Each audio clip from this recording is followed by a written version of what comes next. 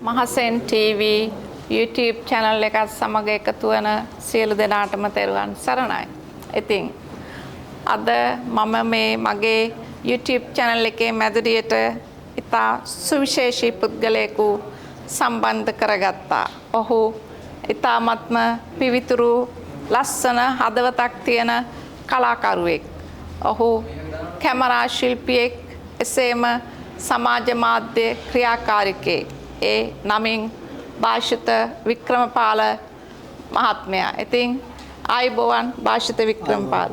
ඉතින් භාෂිත මම පළමුවෙන්ම අහන්න කැමති ඔබ මේ දවස්වල මොන වගේ දේවල්ද වලද යෙදී සිටින්නේ කියන එක. ඉතින් මම මේ දවස්වල ඇත්තටම කිව්වොත් මම දැනට දුටු ටීවී ආයතනයේ සමාජ මාධ්‍ය අංශයේ ප්‍රධානිය විදිහට වැඩ කරනවා. ඉතින් මේ වැඩ කටයුතුත් එක්ක මම ෆොටෝග්‍රැෆි ශේෂ්ත්‍රයට වැඩ කරන දේවයි ඊට පස්සේ මගේ ඩ්‍රාමා යනවා ඒවයි ප්‍රොඩක්ෂන් හවුස් එකේ තියෙන ඒ ටිකයි බැලන්ස් කරගෙන පොඩ්ඩක් ඉතින් ඉන්නවා. ඉතින් නිදහසේ. බොහොම හොඳයි. ඉතින් අපි භාෂිත වික්‍රමපාල ඇත්තටම ඔහු ඉතාමත්ම දක්ෂ කැමරා ශිල්පියෙක්. ඔහුට විශේෂ හැකියාවක් තියෙනවා ඕනම විදිහේ ලස්සන හෝ අවලස්සන කාන්තාවක් හෝ පිරිමි චරිතයක් ඉතාමත්ම ලස්සන කරලා ඉන්නවටත් වැඩිය 10-12 ගුණයකින් 100,000 ගුණයකින් ලස්සන කරලා ඒ කැමරාවට හසු කරගෙන ඒ ලස්සන ඡායාරූපයක් නිර්මාණය කිරීමේ සුවිශේෂී හැකියාවක් තියෙන පුද්ගලයෙක්. ඉතින් එසේනම් අපි අද ඔහුට මම විශේෂයෙන්ම මේ අපි හැමෝම දන්න විදිහට මහසෙන් TV YouTube channel එක කියන්නේ ආධ්‍යාත්මික නාලිකාවක්. නමුත් මම තීරණය කළා අපේ මේ තරුණ පරපුර මේ කාලයේදී විශේෂයෙන්ම මේ සතවර්ෂයේ මේ කාල වකවානුව කියන්නේ අපේ තරුණ පරම්පරාවට ඉතාමත්ම තීරණාත්මක අභියෝගාත්මක කාල පරිච්ඡේදයක්. ඉතින් මෙහිදී මම විශේෂයෙන්ම මේ අපේ භාෂිත වික්‍රමපාල මහත්මයා මේ සමාජයේ සිටින කලාකරුවන්ගෙන් කියන්නේ රැපර්ස්ලා වෙනත් කැමරාමන්ලා ඒ කියන්නේ ශේෂ්ත්‍රයේ ඉන්න මොඩල්ස්ලා ඇක්ටර්ස්ලා ඒ වගේ සියලුම ඉතාම ශේෂ්ත්‍රින විශාල පරාසයක මිනිසුන්ව ආශ්‍රය කරනවා. ඉතින් වික්‍රම භාෂිත මට කියන්න ඔබ මේ විශේෂයෙන්ම තරුණයන් සමග ඉන්නකොට ඔයාට පේනවා මේ තරුණයන්ගේ තියෙන ගැටලු සහගත තැන්. මෙයාලා මොන වගේ ප්‍රශ්න වලටද මේ විශේෂයෙන් බොහොමයක් දෙනා මේ ශාස්ත්‍රයට පැමිණෙන්නේ ඈත පිටිසර පළාත්වල ඉඳන් කොළඹට එනවා මේ කලා ශාස්ත්‍රයට සම්බන්ධ වෙන්න. ඉතින් ඔබ දකින මේ අභියෝග මොනවද මේ තරුණ පරම්පරාවට මුහුණ දෙන?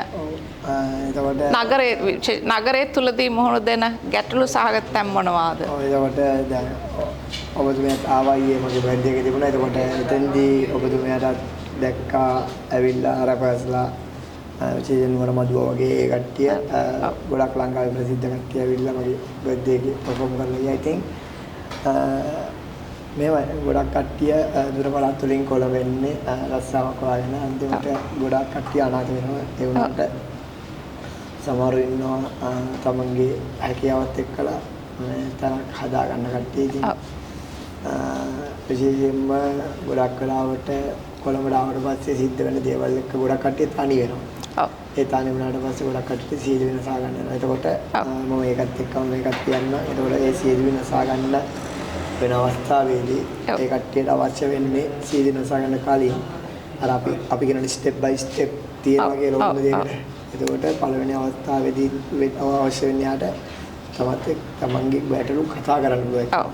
ඒක හම්බුනේ නැතුණාම බලෙන් හරි ගිහිල්ලා ගැටලු කියන්න හදනවා. එතකොට ඒවා අහන්නේ නැති වුණා. ඉවසලා බැරිම තැන එතන ඉවසිය යුතුම තැන කියලා දෙනවා. එතනත් ඉවසලා බැරිම තැන තමයි සිය විනාශ ගන්න. දැන් විශේෂ කියන්නේ අපිට කරන්න දෙන්නේ දැන් කවුරු හරි ඇවිල්ලා කිව්වොත් මේවා මට මේව ප්‍රශ්නයක් තියෙනවා කියලා අනිවාර්යෙන් ඔයාලා ඒ පුද්ගලයාත් එක්ක කතා කරන්න යාළුවා වෙන්න පුළුවන්, දුව වෙන්න පුළුවන්, පුතා වෙන්න පුළුවන්, එක් වෙන්න පුළුවන්. ඒකට එක්ක කතා කරන්න. මොකද සමහර විට ඒ කට්ටිය වල කෝල් එකක් ගන්න. සමහර විට හොඳ උදාහරණ තමයි මගේ යාළුවෙක් හිටියා. ඔව්. එයාගේ අම්මගෙන් එක වෙලාවක එයාට කෝල් එකක් එනවා. එයා මීටින් එක ගිහින් ඉන්නේ. එතකොට එයාට ඒ ෆෝන් එක ආන්සර් කරන්න බෑ සයිලන්ට් දාලා පැත්තකින් තියෙනවා. ඔව්. පස්සේ ආපහු කෝල් එකක් ගන්නවා. එතකොට අම්මා නැති වෙලා. එයාට ආපහු අන්තිම කෝල් එක. ඔව්. ඒ වගේ සමහර වෙලාවට තමන්ගේ يعني තමන්ට එන අන්තිම කෝල් එක වෙන්න පුළුවන් ඒ පුද්ගලයාගෙන් කන්ද. මේ මොන වැඩේ තිබුණත් පැත්තක දාලා ඒ පුද්ගලයාත් එක්ක කතා කරන්න කියන එක තමයි කියන්න තියෙන්නේ. නැත්තම් ඒ කතා කරොත් සිද්ධ වෙන යන විශාල මේව එකක් ඔයාට වළක්වන්න පුළුවන්. අත් වශයෙන් මට මෙහිදී මතක් වුණා මම දැන් පසුගිය අවුරුදු 16 තුල ඕස්ට්‍රේලියාවේ ජීවත් වෙන්නේ. ඉතින් ඕස්ට්‍රේලියාව වගේ රටවල් වල වෙනම සේවයක් තියෙනවා. Beyond Blue ඒ වගේ වෙන සේවාවන් තියෙනවා. ඒ ඕනම කෙනෙකුට ඒ කියන්නේ විශේෂයෙන්ම සිය දිවි නසා ගන්න යන පුද්ගලයෙකුට ඒ ඕනම වෙලාවක එයාලට කෝල් කරන්න පුළුවන්. එයාලා කෝල්ස් වලට ආන්සර් කරන්න ඒවට වෙනම ඒවට පුහුණු වෙච්ච කට්ටිය ඉන්නවා. එයාලට කෝල් සෙන්ටර්ස් වගේ එයාලා කරන්නේ ඒවට ප්‍රශ්න කතා කරනවා. එයාලට අහුම්කම් දෙනවා. ඒ වගේ දේවල් සිදු කරනවා. ඇත්ත වශයෙන්ම මට මතකයි මම 2015 අවුරුද්දේදී මට වගේ සිදුවීමක් සිදු වුණා.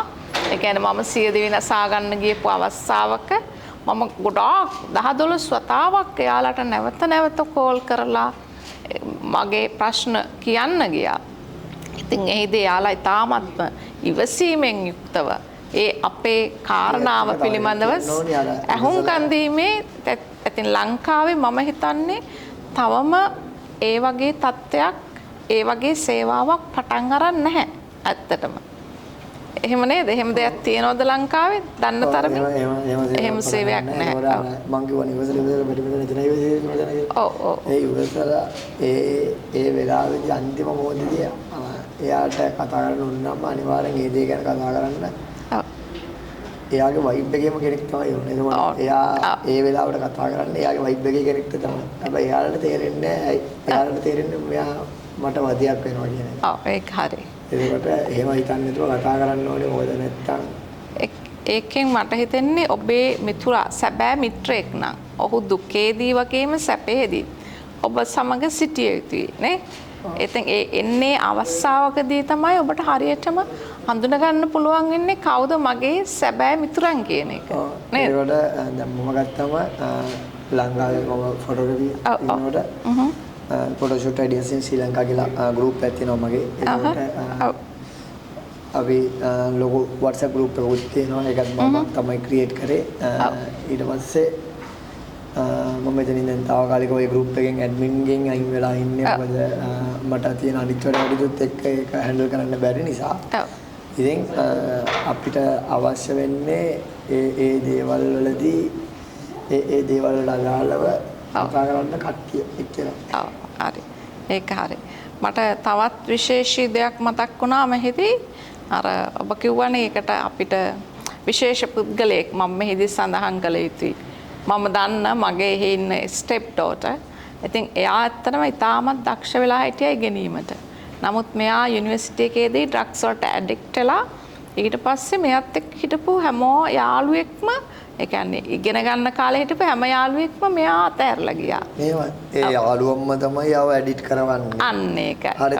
එතකොට යාව එඩිට් කරව දැන් මම කියනවා මට ඒ වගේ දේවල් එඩිට් කරවන්නෙත් යාළුවම තමයි. හැබැයි අන්තිමට උම්ම තමයි උඹ මේව හින්දා අපි අයින් වෙනවා කියලා යන්නේ. අන්න ඒකයි. දැන් එයා ඇත්තටම ගොඩාක් ඒකත් එක්කම තව එකක් කියන්න ඕනේ. දැන් ලංකාවේ ගොඩාක් කාන්තාවන් මැරි කරාට පස්සේ කියනවා හස්බන්ඩ් කියනවා ඔයා මෙහෙම යන්න.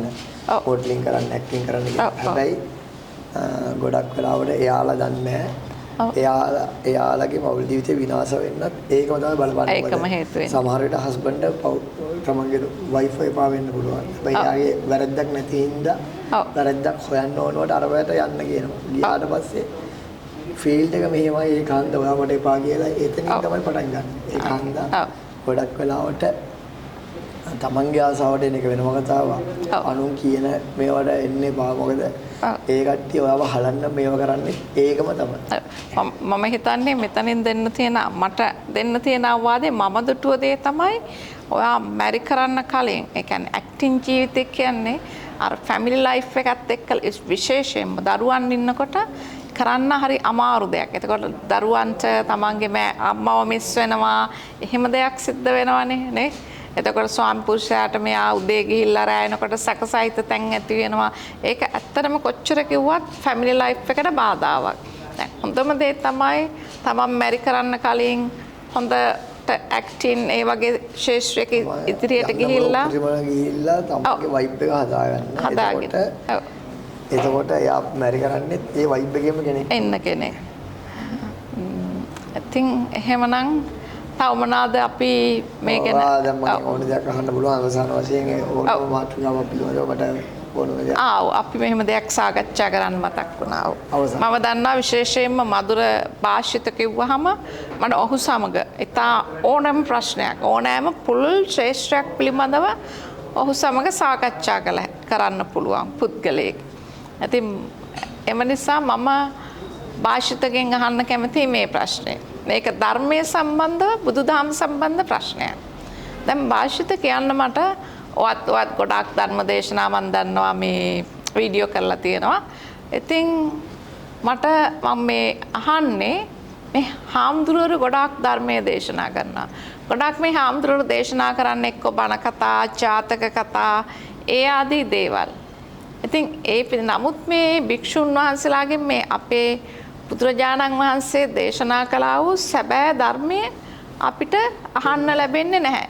ඉතින් ඒ පිළිබඳව ඔබතුමාගේ අදහස කුමක්ද? ඔව් වර්තමානයේ ඉන්න ගොඩක් හාමුදුරුවෝ මේක කිව්වට පස්සේ මට ගොඩක් කට්ටිය මට ගහයි. මට කමන්නේ නැහැ. ඒකට කමන්නේ සත්‍ය කතා කරන්න. අපි මහසෙන් ටීවී කියන්නේ සත්‍යයට ඉඩ දෙන නාලිකාවක්. ගොඩක් හාමුදුරුවෝ කරන්නේ දැන් ඔබතුමියෝ කියනවා ගොඩක් හාමුදුරුවෝ කරන්නේ මේවනේ ජාතක කතා පොතේ අර වෙච්ච කතා කියලා දෙනවා. ඒවෙන් කවුරුත් රහත් වෙන්නේ නැහැ. ඔව් සම්පූර්ණ නැත්ද. මොකද ඒවෙන් රහත් වෙනවා නම් මෙලකට ලංකාවේ හැමෝම රහත් වෙනවා. ඔය දැන් ලංකාවේ ඉන්නේ උදේ කියපු බණ හවස මතක නැති කට්ටිය. ඔව් සම්පූර්ණ නැති කට්ටිය.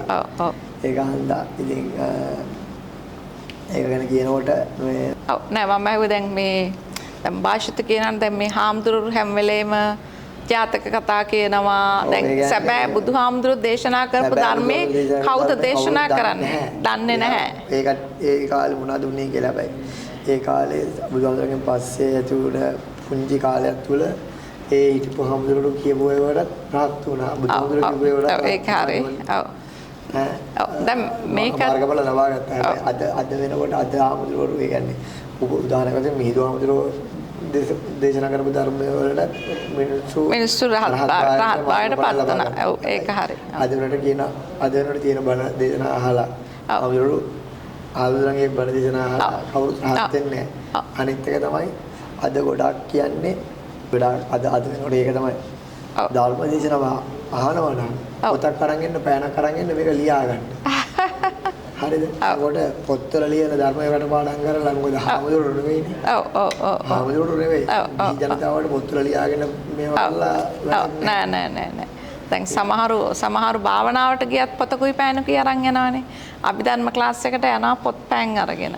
ඉතින් ඒව පාඩම් කළා කියලා ඒක වෙන්නේ නැහැ. අත්‍තරම අපේ කෙනෙකුට ඒ ධර්මයේ භාෂිත අවබෝධය වෙන්න නම් ඇත්තටම මේ ප්‍රඥාව කියන එක පහළ වෙන්න ඕනේ. දැන් භාෂිතට තේරෙන්නේ නැති කලින් අපි ධර්ම දේශනා දෙකක් කළා මේ ස්ථානයේදීම. ඉතින් ඒ කෙනෙකුට සීලයක් පිළිහිටලා සමාධිය ඇති වෙලා ප්‍රඥාව අවදි වුණොත් විතරයි මේ ධර්මය අවබෝධ කරගන්න පුළුවන්. ඒ කියන්නේ ධර්මය ජීවමානව පහළ වෙන්න ඕන. ඒ පහළ වෙනවා කියන එක මේ දැන් අද ධර්මයේ දේශනා කරන හාමුදුරුවවත් දන්නේ නැහැ යාලා දේශනා කරන්නේ කුමක්ද කියන එක. දැන් මොකද අපි මෑත කාලයේදී සිදුවුණ සිදුවීම් දිහා බැලුවාම විශේෂයෙන්ම මේ කවුද අර ලංකාවේ මෙච්චර ධර්මයේ දේශනා කරන දේශනා කෙරෙල්ලට අද වෙනකොට මිනිමරුන් දූෂණ වංචා ඔක්කොම නැති වෙලා තියෙනවා. එහෙම වෙන්න ඕන. ඉතින් ඒක වෙන්නේ අර ප්‍රායෝගිකව අර දේශනා කරන පුද්ගලයාත් ප්‍රායෝගික නැහැ. පිළිපදින ඒක අහන පුද්ගලයාත් ප්‍රායෝගිකව ධර්මයක සීලයක පිළිපදලා නැහැ.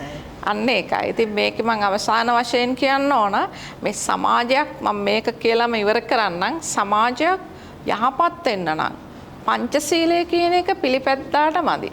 මේ දස කුසල සීලය. එහෙමත් නැත්නම් මේ දස රාජධර්ම ප්‍රතිපදාව තුලින් පමණක්මයි සමාජයේ යහපත් වීම. ඒ වගේම ඒ සීලය තමයි නිවනට මාර්ගඵල ලැබීමටත් හේතු වන්නේ ඒ සීලයමයි.